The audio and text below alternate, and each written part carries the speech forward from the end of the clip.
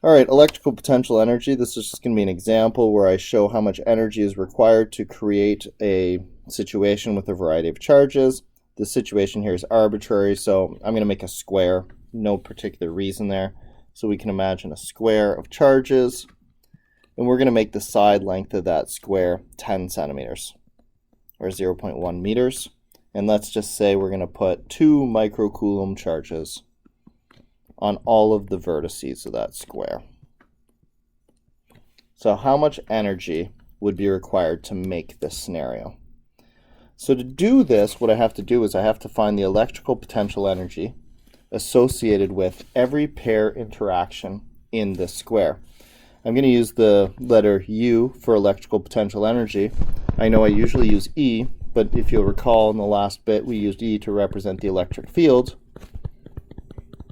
So I don't really want to use E again because that would get confusing. So I'm just going to use U for electrical potential energy here. So what interactions do I have? I'm going to label these guys A, B, C, and D so that I can keep them straight. So one interaction I have is between A and B. The formula for the electrical potential energy associated with the interaction of 2-point charges is KQQ over R, K the constant, Q the charge on one of the particles, Q the charge on the other particle, and R the distance between them. So let's just substitute our values here and get the magnitude of the energy associated with the interaction of charge A and charge B.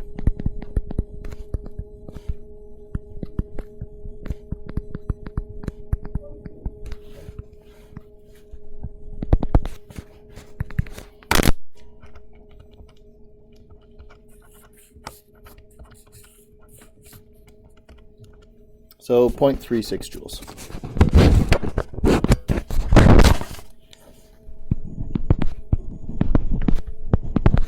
Now, if I think about this interaction, I actually have 4 of these interactions occurring in my square. I have 4 side lengths. So I have 4 of these interactions. I have A and B, I have A and C, and I have B and D, and I have C and D. So 1, 2, 3, 4. So I don't have to do this calculation 4 times in a row. I can just multiply it by 4 to get the potential energy associated with all of the side interactions. So that's 1.44 joules. I need to be careful here, though. It's easy to forget that I also have diagonal interactions occurring in the square. I'll have 2 of them. I have A interacting with D, and I have B interacting with C.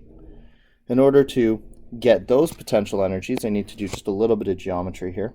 I've got 0.1 on both of these side lengths. So if I want the distance between diagonal points, let's say I'm going in between B and C, that means I'm looking for this distance here.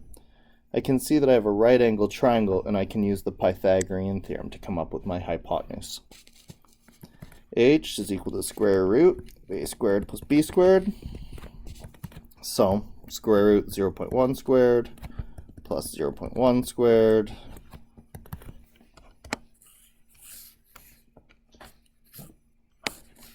So I get that the distance between those diagonals is 0.14 meters. So that's 0.14 meters. So that's going to be the R value in my equation for potential energy. So now that I have that, I have everything I need. I can go ahead and find the potential energy.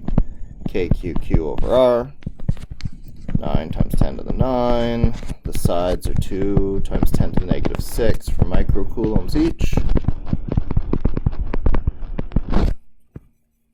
And 0.14 squared on the bottom there.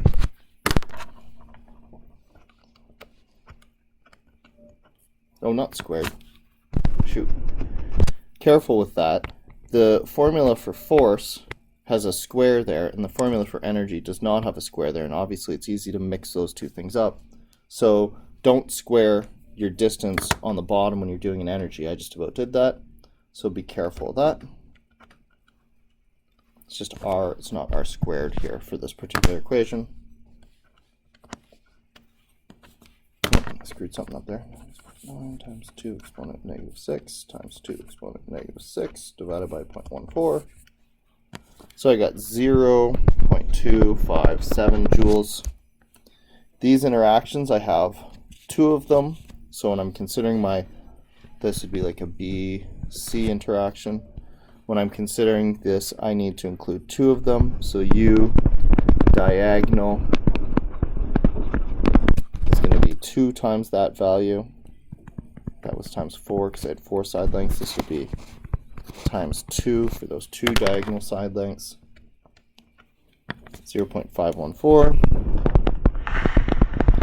Now if I want to find my total energy, I can simply add the potential energy associated with the side interactions and the diagonal interaction.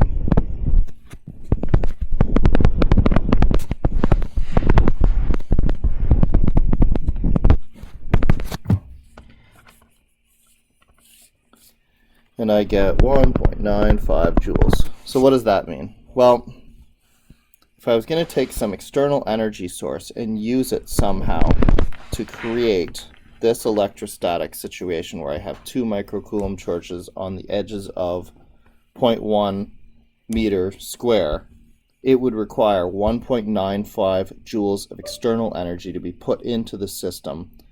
That would be by applying forces to these particles to force them into this arrangement.